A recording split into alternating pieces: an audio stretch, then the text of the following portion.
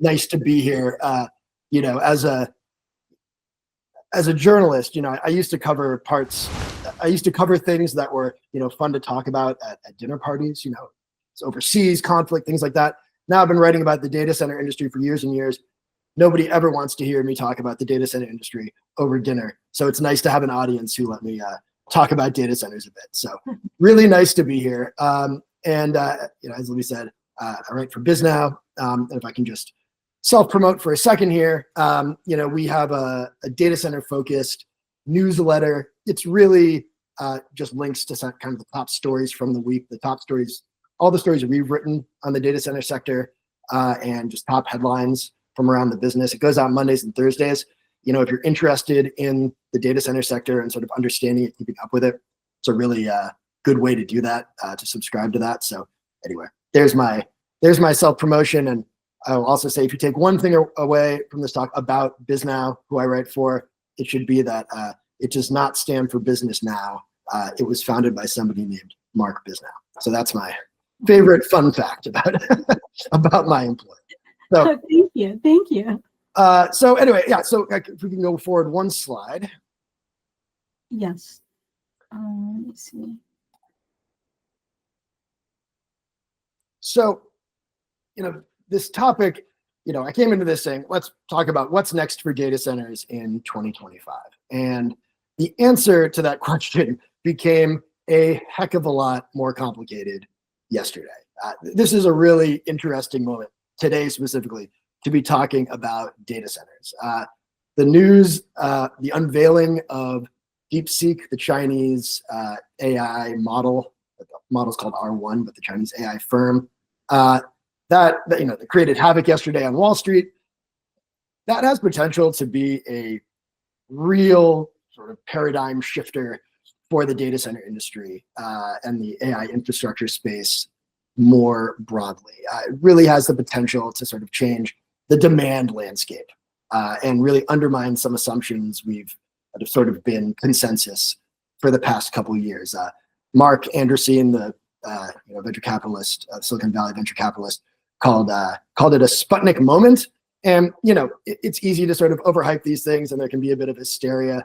But if it gives a sense of the potential magnitude that this could have on the sector, I basically scrapped the talk that I was going to give right here yesterday.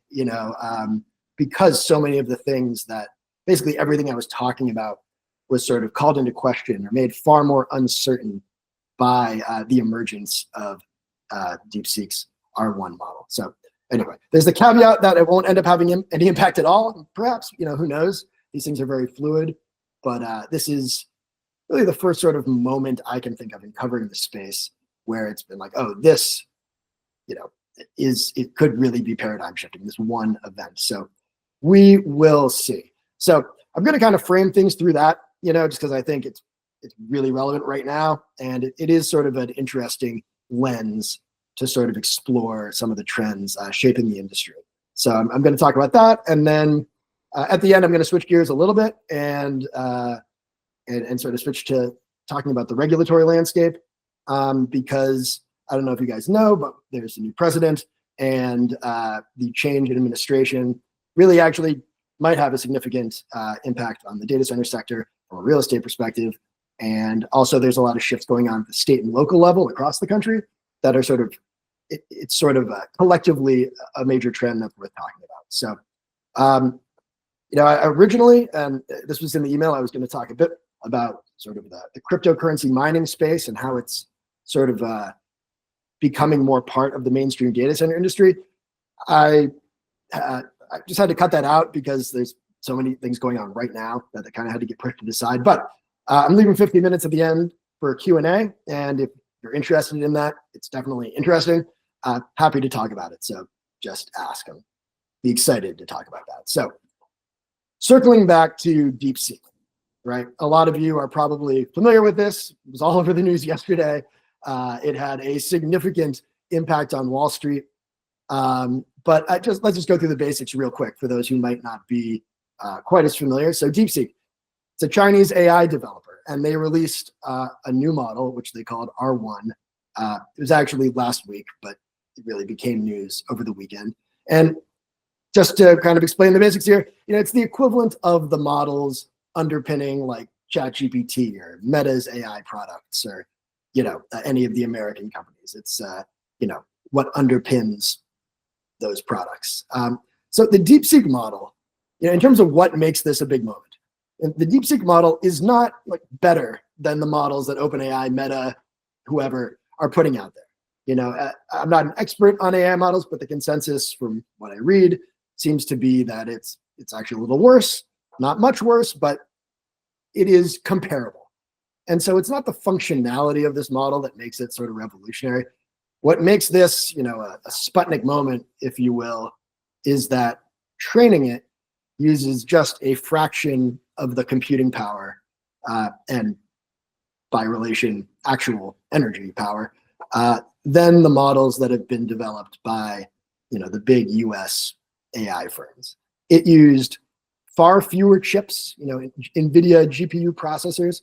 The processors it was using were far more primitive than what the American AI firms are using. It was not the latest version of NVIDIA's products. It used far less power, and it was at far lower cost than anything that like OpenAI has been doing.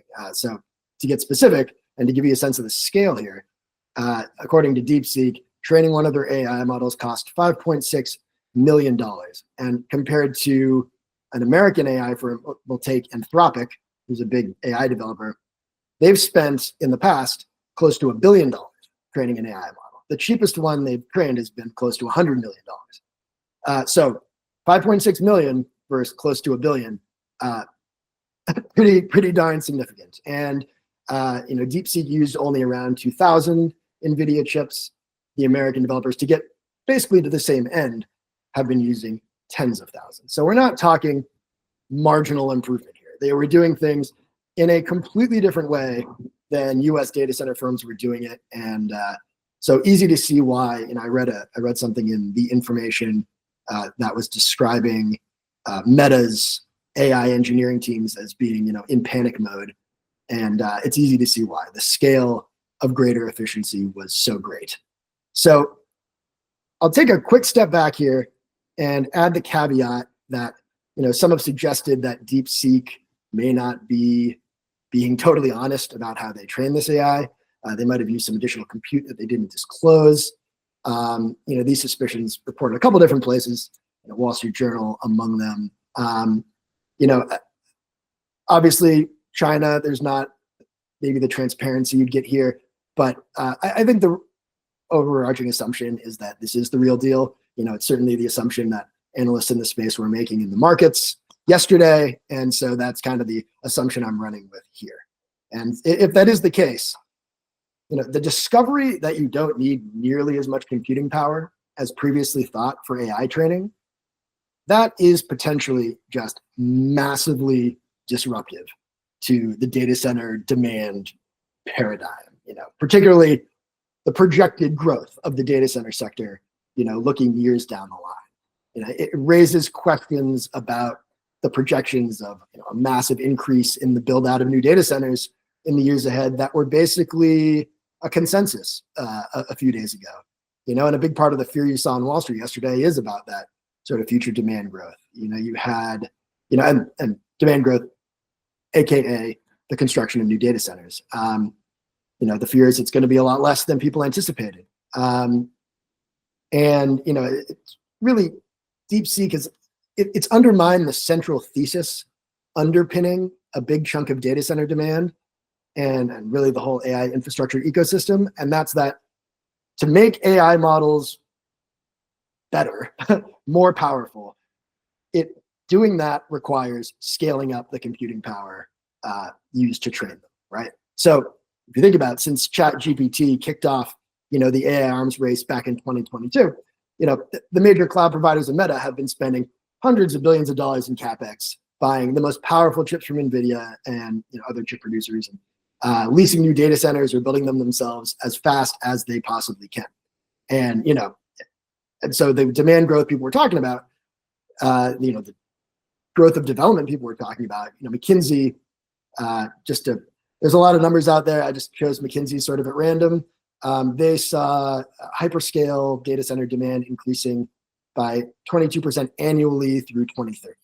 So that's a pretty steep growth curve there. And so just to give you a little background here, the vast majority of the spending on AI data center development so far has been for training AI models. And this isn't expected to slow down. And just a quick explanation, and it's a little tough sometimes to know how versed people are in sort of the different aspects of digital infrastructure and AI computing. So I apologize if I'm over-explaining anything, but I just want to make sure this part's clear because we're going to get back to it later. But there's two types, generally speaking, of AI computing. There's the AI training and there's the AI inference, right? So AI training is where the vast majority, when people talk about building AI data centers right now, they're talking generally about AI training. This is huge amounts of high performance processing, in big data centers, using massive amounts of power to sort of develop these AI models and feed them, all the information that's available in the world to build out, what like underpins ChatGPT, or I'll just use that, ChatGPT. Inference is different. Inference is the kind of computing that's used to actually interact with those AI models once they're built, right? So when you ask ChatGPT a question, or when you ask, Meta's AI to like make you a picture of a, surfing iguana, that's inference, right? You're interacting with it. So it's a difference that will matter later on in this talk. So I just wanted to kind of make that clear. So vast majority of data center build out has been for training. And that means massive facilities at ever greater scale, like we've seen in the headlines the past couple of weeks. You had the Oval Office announcement last week of the $500 billion Stargate joint venture between Oracle and OpenAI in Texas. That was announced at the White House. And that's a good example of the kind of thing that, it has been expected to continue to grow, right? You see the massive, massive scale of those projects becoming, a big data center not that long ago was 50 megawatts, 100 megawatts. Now we're talking these gigawatt scale projects. It's amazing. And, that was expected to drive, Blackstone's number was they expect 2 trillion in AI spending. And that's basically data centers and chips over the next 10 years or so. So anyway, those were the predictions. That's the kind of growth we were talking about. And until, yesterday or the weekend, it's too early to tell how much of these projections are going to be tempered, but it's a real question. There was a consensus in the industry, and I don't want to say consensus. I keep saying that, and I'll say maybe pervasive bullishness when it came to future demand growth and the trajectory of that demand growth, right? Like this was a given almost that that this demand curve was going to keep getting, it's going to remain very steep. Until very recently, the main concern you'd hear, within the industry was around, a potential AI bubble, right? The idea that like the .com boom, there's a lot of money being thrown at AI products and use cases that aren't going to pan out. So there's going to be a shakeout where a lot of these startups go bust. And that was actually going to be the sort of main demand side talking point of this talk, because it was really the only thing that made people say, oh, like, how is the industry going to survive that? Although it's interesting, even if that happened, most folks within the industry felt that data centers were really isolated from that volatility, that the major tech companies, Amazon, Google, Meta, et cetera, who are driving the vast majority of demand, that wouldn't slow their CapEx at all. Even if you saw, Wall Street really sour on the sort of AI thesis, and you were to see, a bunch of AI startups go out of business, they have a long-term outlook and they were going to keep building. So I bring that up just to say how much confidence there was that sort of demand wasn't going to waver. So the idea that all of a sudden, maybe these companies don't need as much compute as they thought they did, and maybe they're going to dial back CapEx. I mean, that's really not something folks saw coming. That was pretty out of left field. So hopefully that paints the picture there. the scenario where there's a pullback in CapEx by the big tech firms for data center development, it's not a certainty, but it's definitely a real possibility. You saw that concern the stock market yesterday. You saw the firms whose value was tied to their growth potential from data center development. Those were the ones taking the biggest hit. Data center providers like Digital Realty, power providers whose growth was sort of pegged to the data center industry. Constellation was one that got hit pretty badly yesterday.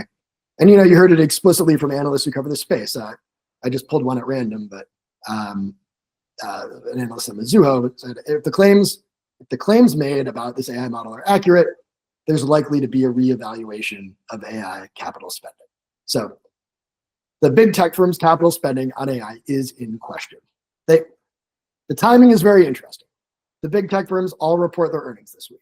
And the biggest question people are going to have is obviously about how this changes their long-term outlook. So we're going to see. It's going to be a really interesting week. I think there's going to be a lot of reading of tea leaves and that sort of thing. So, this is either the best day to be doing this talk because it's so interesting and so much uncertainty, or the worst because what they say the rest of the week could completely change, the thinking on this. But anyway, there's definitely scenarios where they don't draw down their data center plans at all. But I think for our sake here, I think as we look to the future, it's worth exploring what some of the impacts might be and how it changes sort of the future data center landscape if we do see Meta, Amazon, Google, Microsoft dial back how much they plan to spend in the years ahead when it comes to data centers. Can we go to the next slide?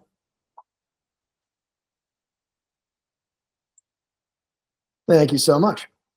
So first thing, I think it's important to contextualize this a bit and maybe avoid being as alarmist as maybe I sound.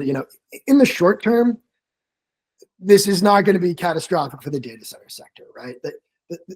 And by the short term, I mean the coming months, maybe for the next 2 years. The data center sector, first of all, was experiencing rapid growth before AI, right? The data center boom didn't start with ChatGPT. It really started around 2020, 2019, particularly in the hyperscale segment, which is what's going to be impacted here. So AI put it in overdrive, certainly, but it wasn't like this wasn't a growth space previously. But if we see a drawdown in AI capex, we won't see that impact on the demand landscape immediately, right? This is an industry right now where vacancy rates in most markets are under 5%, some cases under 2%, right? There is a huge sort of supply has not been keeping up with demand. There is a significant backlog, and none of the possible outcomes or implications of DeepSeek, are going to cause anybody to be leaving existing leases or anything like that. And even in the immediate future, the next year or two, pretty much everything, and I really mean everything that's under construction on the hyperscale side by third-party developers was leased 2 years ago. Everything's been pre-leased. These, the hyperscalers, your Googles, your Amazons, have been so hungry for data center capacity that the only way you can get it is to pre-lease it, well before construction even starts. So, and these are big tech firms. These are the biggest credit grade firms in the world. So, you're not going to see people pulling out of these deals, or defaulting or anything like that. That's not going to happen. So it's not like we're going to see development come to a grinding halt, right? So just I want to make that clear first. But next slide, please. Thank you. So, that said, the big tech firms, they look at their data center needs on a very long timeline. They're looking a decade or more down the road. Their planning horizon is not a year or two down the line. It's like 10, 15, 20 years down the line. And that's like, when I say planning horizon, I mean actually looking at specific, real estate transactions and where they want data centers and other type of infrastructure to be. And on the development side, sort of the land acquisition side and construction side, this is an industry where it takes 18 months to 2 years to get a data center built after you already have the land and power, right? It's just supply chain constraints, the complexity, the fact that the designs keep changing as technology changes. You don't get these buildings up quickly. And that's after, as I said, you've acquired the land and power. And acquiring the land and power and finding developable sites is like 90% of the challenge. So decisions and financial commitments are being made today by sort of third-party data center developers and the big tech firms, on things like, land banking, forming partnerships with energy firms to get power for future campuses. Those decisions are happening today based on demand projections, years down the line, right? And so, Libby and I were chatting before we got on here about sort of folks seeing data centers as an opportunity to unload, developable land in more and more markets. We're talking about the Houston market. And that's sort of where, the developers are coming in looking at these sites way before there's ever going to be a data center on them. And so, that's where you might see some movement here, as all of a sudden the demand that everybody assumed was going to be there 7 years down the line, maybe it'll still be there, but it's way more in question just because of this one DeepSeek thing than it's ever been. So, that's a pretty significant thing. And as at the corporate level, the big tech firms, they'll feel this a little bit. They've deployed some capital to building things down the line that maybe it turns out they don't end up needing. But I think it's really the kind of third-party hyperscale-focused developers that could feel some pain here. These are the firms that have been the biggest winners so far in the AI boom. I'm talking Digital Realties of the world, CyrusOne, NTT, CoreSite, QTS. There's been a ton of smaller firms in the same space that have emerged in the past couple of years. And, their whole business is securing land and power and having it ready to go for tech giants. And a lot of the latest campus scale projects are meant to gradually scale up over a number of years. So again, the demand that we're projecting 5-6 years down the line is very relevant to the decisions they're making today, or that they made last year, buying up a lot of land that maybe that's demand isn't going to be there anymore. So there could definitely be some pain there. And at the very least, it'll impact, it could potentially impact their potential, growth going forward. There are really interesting investment and capital market implications of this, because a lot of these firms, these sort of hyperscale developers, have either been acquired or taken on major minority investors in the past year or so to fuel that future growth, right? That's been what's attracted the investment. And it's been the big asset managers, the KKRs and Blackstones of the world, along with big institutional investors like pension funds, some snapping up these development platforms. You had record M&A last year. And I'd be curious if these deals look a little different today, now that the medium to long-term growth potential of some of these companies is being called into question. So interestingly, taking a more positive note here, and this is something I think is worth pointing out, is that multi-tenant colocation providers, the other big segment of the industry, are less exposed to the potential impact of reduced big tech CapEx. The initial wave of AI demand, all for training, and that's these massive deployments, massive new data centers for single tenants. None of that, the colocation space wasn't absorbing much of that training demand at all. Like they had some growth from AI, but not in the same ballpark. One of the biggest REITs in this space, Equinix, really kind of shifted their whole model over. No, that's not fair. Not their whole model, but they went from being basically just doing multi-tenant colocation to suddenly playing in the sort of single tenant space to take advantage of that demand wave. So colocation's opportunity, there's expected to be a lot of growth on the colocation side of things in the next year. And it's doubtful that the developments with DeepSeek will have any negative implications on that. And in fact, it could be a benefit to that segment of the industry. A lot of the growing demand for colocation providers comes is going to come and is starting to come from AI inference, which I talked about before. Inference computing, it has really different requirements in terms of the size of it and where it needs to be compared to AI training. And we know that inference is a growing part of the marketplace from a number of different ways. One of the biggest kind of leading indicators is NVIDIA chip sales. They actually segment it. They say, we sold these chips for training and we sold these chips for inference. And you've seen the number of chips sold for inference go way, way up. So for AI inference, that benefits the colocation space. You want inference close to big metro areas where the end users are, where the people asking ChatGPT questions are. You don't want them out in the middle of nowhere. And so that really is what most colocation places do. They're close to big hubs or big population centers, and they obviously have multiple tenants. And as there's greater need to have this inferencing computing, that's going to drive demand to those companies. And another thing that we're looking at is it's not just AI inference. It's also that a lot of corporations that are not at the scale of Microsoft or Meta, but are still very large companies. We're talking your Ubers of the world, your Salesforces, things like that. These aren't companies that are going to build their own massive data centers, but they do want to do things with AI that involve placing their own computing, kind of having their own AI computing to do some model training and do some of the other computing themselves, as opposed to just using the cloud.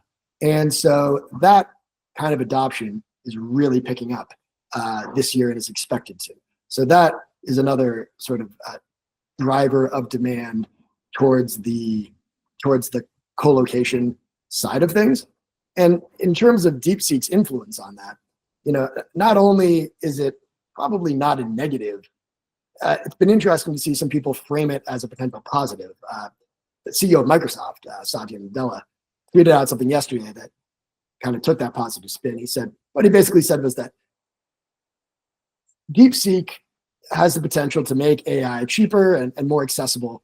And by doing that, it drives up the number of people who can use AI, right? It gets cheaper to put products out there. It increases adoption by just consumers and companies of AI. And as that happens, that's what drives inferencing computing. That's what drives the need for more data center capacity close to where those users are. And that's what drives demand into a lot of these co-location providers. So it's a bit of an aside, but I think it's an important thing to mention. As we sort of sometimes talk about the data center industry as a monolith, but here you have one sector of the industry that the DeepSeek news could negatively impact, and you have another one that could actually be a beneficiary of it, which is interesting. And for what it's worth, aside from the DeepSeek thing, that trend of growing demand for co-location data center space is a major thing that people are talking about, sort of changing the development landscape going into next year. Because what that means is sort of a higher percentage of capital, not just going to huge facilities that might be not near any population centers, like in the middle of Northwest Louisiana, and maybe more going to areas that are considered more major real estate markets. So, but the needs of that type of development are a little different. So happy to answer more about that in the Q&A later. So switching, can we go to the next slide? Thank you very much. So the other sector where companies really took a big hit on Wall Street yesterday was energy, right? And that's because the data center and power sectors have become increasingly intertwined and inseparable over the past 12 to 18 months. If AI, and I'm sure a lot of you know this, but if AI is the major factor driving change on the demand side, the big supply chain constraint has for a while been power, or a lack of power. And most simply in the markets with a lot of data centers, the big hubs, but also some emerging markets, developable land where a utility can connect a new data center to the power grid for the massive amount of power they need, and get it within a year or two, is becoming incredibly scarce. It used to be if you could get a site right on a main transmission corridor, right, And maybe there's a substation there already, and you can just hook up and, get your 50 megawatts or whatever you need. But at worst, you're waiting for the utility to build you a new substation or something like that. Now today, just due to the scale of data center development that's happened already, and the way that AI has pushed up how much power each one of those data centers uses, it's those transmission corridors that are getting maxed out, right? You hear a lot about energy shortages. It is sometimes transmission, or sometimes it's power generation. Usually it's transmission. It's just that these transmission lines can only carry so much electricity. And so, if you buy that same, hypothetical site along those same transmission lines today, you're not like waiting for them to build a new substation for you. You're waiting for them to upgrade the entire transmission corridor, maybe build a new power plant. And these are massive billion-dollar projects being executed by slow-moving utilities with a lot of regulatory oversight. So it's slow, there's a lot of potential delays, and because of that, the wait time for grid connections in some markets are now north of 10 years, right? And that, to this point, is unacceptably long for companies that have been trying to get new capacity as fast as they can. And from a sort of geography of the market perspective, as building new data centers in sort of the industry's traditional hubs, your Northern Virginias, Silicon Valleys, Dallas has been pretty resilient to this, but Chicago, places like that. As it become harder and harder to find land with power, the big tech firms, the hyperscale developers have been increasingly willing to sort of go to places that were previously way off the data center map, right? Even if it meant you could get new capacity quickly, they'd go to, for example, AWS is building in Jackson, Mississippi, right? There's no data centers in Jackson, Mississippi.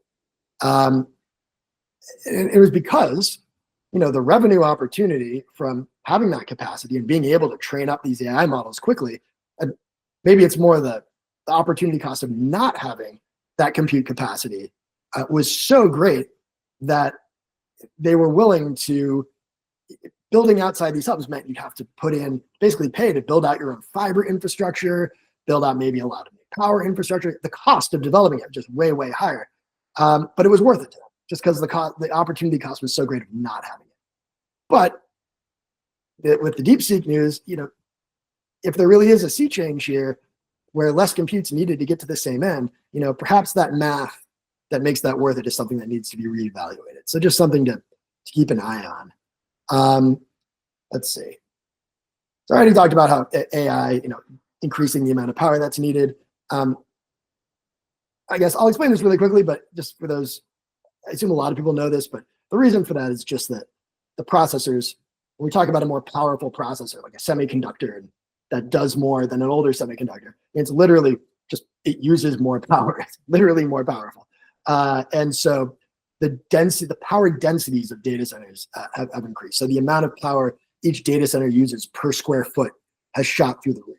So when we talk about data centers getting bigger, it's not that they're physically getting bigger. In fact, sometimes they're physically getting smaller, because if you have a site where you only have 75 megawatts, you now only need, you need half the square footage to put the things that use those 75 megawatts than you did before. So anyway, that's what's driving that. And so because of that, utilities in the US have been contending with this massive unanticipated surge in electricity consumption, largely from data centers. In 2023, just to give an illustrative number here, data center lease deals signed just that year added the electricity equivalent of a second New York City to US power grids. So, that gives you a sense of the scale of growth. And that was just in 2023. And it's been more in years since. And that's why, the industry's share of US power consumption is expected to just 2.3% in 2023 to almost 7% in 2 years. So electricity demand is expected to outstrip supply maybe as soon as next year. And it's already happened sooner in a lot of these big data center markets. And because of that, utilities are having to scramble and utilities and transmission companies. I'm kind of using these terms fluidly because the kind of energy infrastructure space is complicated. But basically they're scrambling to build out new transmission lines, new power plants to meet this demand. And these are not organizations that are used to scrambling to build things out quickly. There hasn't been electricity growth in a very, very long time. And that's a big part of why these waits for grid connections are as long as 10 years.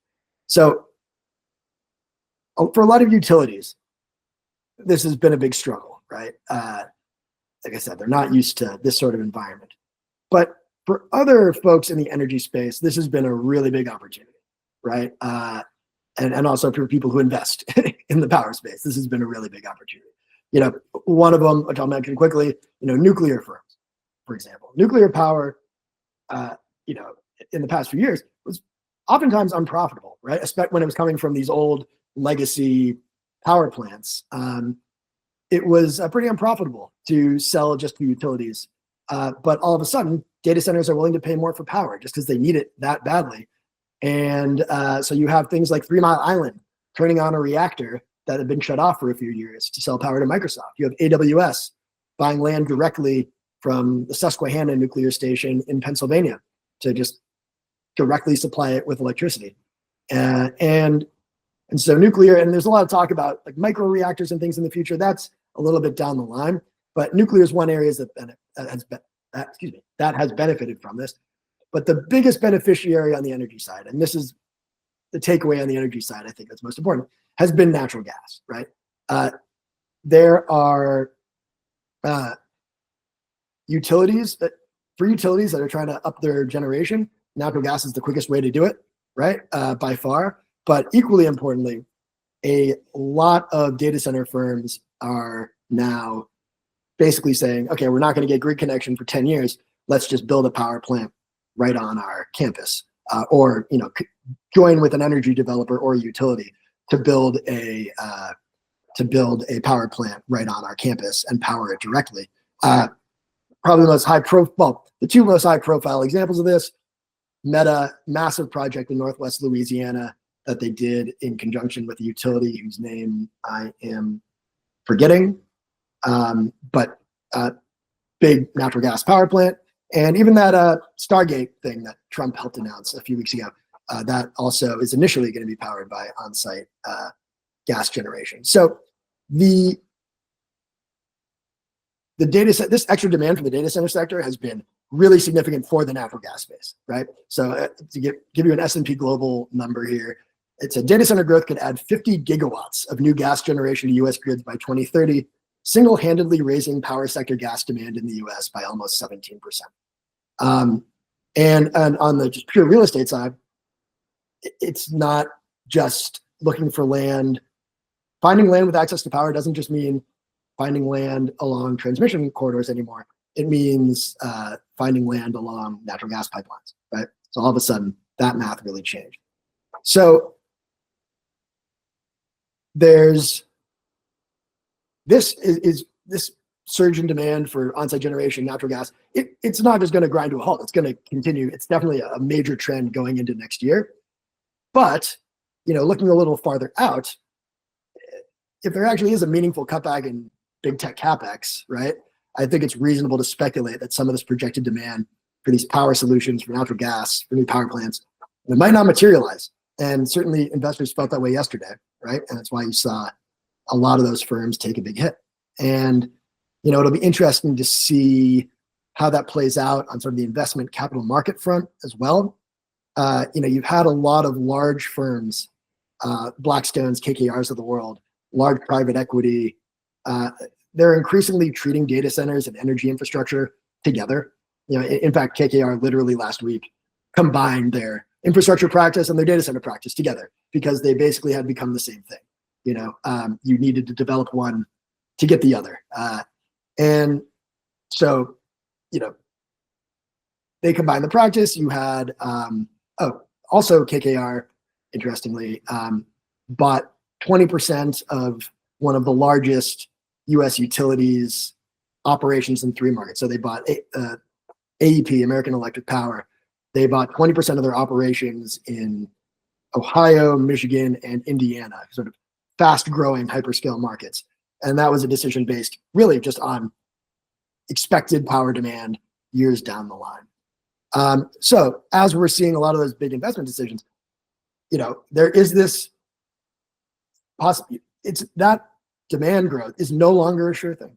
It's crazy. So they've been deploying billions of dollars to these things, and it's really interesting to me whether those investments look a lot different today than it did last week. And the answer might be that it doesn't, but just the possibility being out there is really a different thing for this sector. So I realize I'm probably going a little long here, but I really wanted to pivot a bit over to the regulation side of things just before we close out. And I'll go through this quickly because I don't want to keep people here too long. But this is a real pivot away from the DeepSeek thing. But if we're looking at big things that have happened in the last couple of weeks, there's DeepSeek, sure, but also the election really does impact, or the inauguration, I guess, having a new president, a new administration, does impact the sector pretty significantly. And at the same time, I want to look at the federal regulatory landscape, but I also, it's important here to look at things on the local and state level as well, because they're very much in flux at the moment too. So I'll actually start at the state and local level. Data centers, right? They've gone from obscurity to being, kind of front page news, right? Like I don't know how many people we have here today, but like, I promise it would have been a third if this had been, 3 years ago, right? And this has been to the industry's benefit, for the most part, right? Lawmakers and economic development officials in states and counties across the country, they know that data centers bring in a lot of tax revenue. So you have a lot of places where officials are rolling out the red carpet, often in conjunction with utilities or energy firms, right? Oftentimes these partnerships are what's drawing data center development to new places.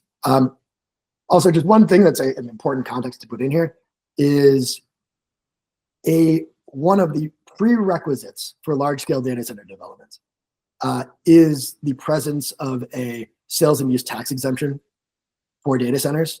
So that's, if you think about a data center that is putting in thousands of brand new NVIDIA processors into their data centers, that is hundreds of millions, maybe billions of dollars of equipment that's being refreshed every few years. So being exempt on the taxes on that equipment is such a big sort of line item. Like they literally won't build anywhere that doesn't have those. So that is something that you're seeing. The number of states, wasn't that long ago that maybe only 10, 12 states had that sort of thing. Now most states have that sort of tax exemption. But on the other hand, as sort of more people know about data centers, local folks in different local municipalities, things like that, local politicians, state level politicians are increasingly aware of some of the negatives that come with it, particularly for local communities, right? Power, transmission lines get built, they're noisy, they're ugly, and particularly in markets like Virginia, where development is pushed out of industrial zones where data centers used to be and sort of into residential areas or rural communities, replacing farms, things like that. I mean, it's a great thing for the person who can sell their, farm for for far more than they ever could have imagined before. But oftentimes the neighbors don't like having a large light industrial facility, built in a former pastoral area. So what we're seeing is a lot more municipalities, particularly in mature data center markets, enacting far, far more restrictive land use rules that make it increasingly hard to build. It's becoming much, much harder for developers to sort of operate in these markets. Virginia, Northern Virginia, biggest data center market in the world, always been sort of a canary in the coal mine for the issues facing the industry. And, Virginia is seeing extensive efforts at the local level, also the state level, to sort of restrict the industry's growth or further regulate it. A lot of stuff out there that would make tax exemption. This might not get passed, but there's bills out there that would make tax exemptions, the sales and use tax exemption, contingent on all sorts of things, hitting environmental targets, things like that. So maybe none of that stuff gets passed. The governor's very pro data center, but it's indicative of this rising trend of further regulation towards the industry that's going to make land use issues far more of an impediment even in Texas, like famously pro business, right? You're seeing, but it's a mature data center market. And so you're seeing a lot of very anti-regulation politicians advocating a lot of new regulation around data centers. And the last thing I'll touch on the state side is Texas is a good jumping off point for this. A lot of the concern around data centers in Texas and in a lot of markets is over how much energy they use. And the main fear, there are fears about grid reliability, but really the big fear is that it's going to raise prices for other, it's going to raise prices for other power users. Kind of the scenario that's envisioned is that, okay, the utility has to build out a $10 billion new transmission line to serve these new data centers and basically serve nobody else. And then maybe the data center never gets built, or maybe the data center only ends up using half the amount of power that it thought it would. And so in that case, they're not getting the revenue back to sort of pay, so the transmission lines pay for itself. And in that case, it all just gets socialized over every other consumer. And so there really is a risk there.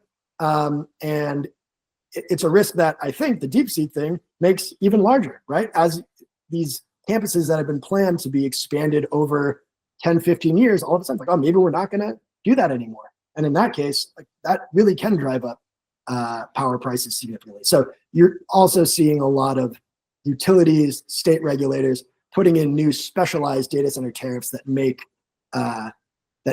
data centers take on a lot more of that risk by paying for a lot more of the power up front. So that's like a real shift that could be accelerated by the DeepSeek thing. Last thing here, Trump administration, right? Data centers have been on the agenda, right? It's sort of wild covering the space to see data center projects announced in the Oval Office. It's actually the second sort of large development project he's announced, or had the CEO of the developer announced since the election. He's the first president to take office since the start of the AI boom.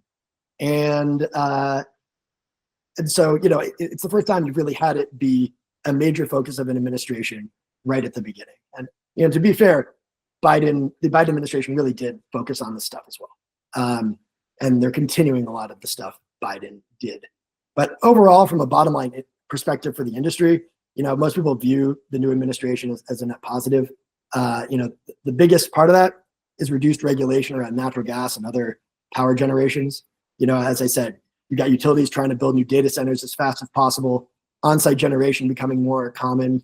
A third of all new data centers by 2030 will have some form of on-site generation, according to a study that came out last week. So the speeding up permitting processes for pipelines, permitting process for power stations, permitting processes for transmission lines, that's where a lot of the holdup on these projects is. That's what's pushing development timelines out. And Trump has been very enthusiastic about sort of reducing some of these permitting hurdles. There was put out an executive order day maybe after he took office that was focused on a lot of things having to do with fossil fuels, but one of them was reducing the permitting for pipelines. And it sort of inferred that part of that was for data center build out. Again, this is actually something the Biden administration was open to and exploring as well, but the current administration is pursuing it with, I would say, significantly more zeal. The uncertainty on the federal level also has a lot to do with power constraints. So the Biden administration was actually really focused on sort of allowing more data center development. They were doing a lot of stuff to reduce nuclear permitting, to make building transmission lines easier, things like that. That'll all continue under Trump, maybe be accelerated.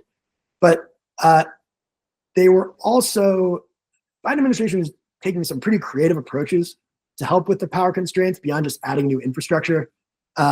Department of Energy had partnered with a number of big players in the tech and data center world to sort of launch test projects that would, a little complicated to explain quickly, but basically make it so data centers don't use the same amount of power all the time, that when the grid is under strain, they could kind of come offline and then come back on. Dynamic demand response is what it's called. It's something major operators haven't done, but really should be doing. and needed a sort of kick in the behind to do it. And the Department of Energy partnered with a number of the big players to sort of start developing these test projects to do that sort of thing. So a lot of things like that. And what I hear from folks in the industry is they're sort of worried about the continuity of that. They're not sure it's a priority with the new administration, and they'd like to see that stuff continue. So we'll see how that goes going forward.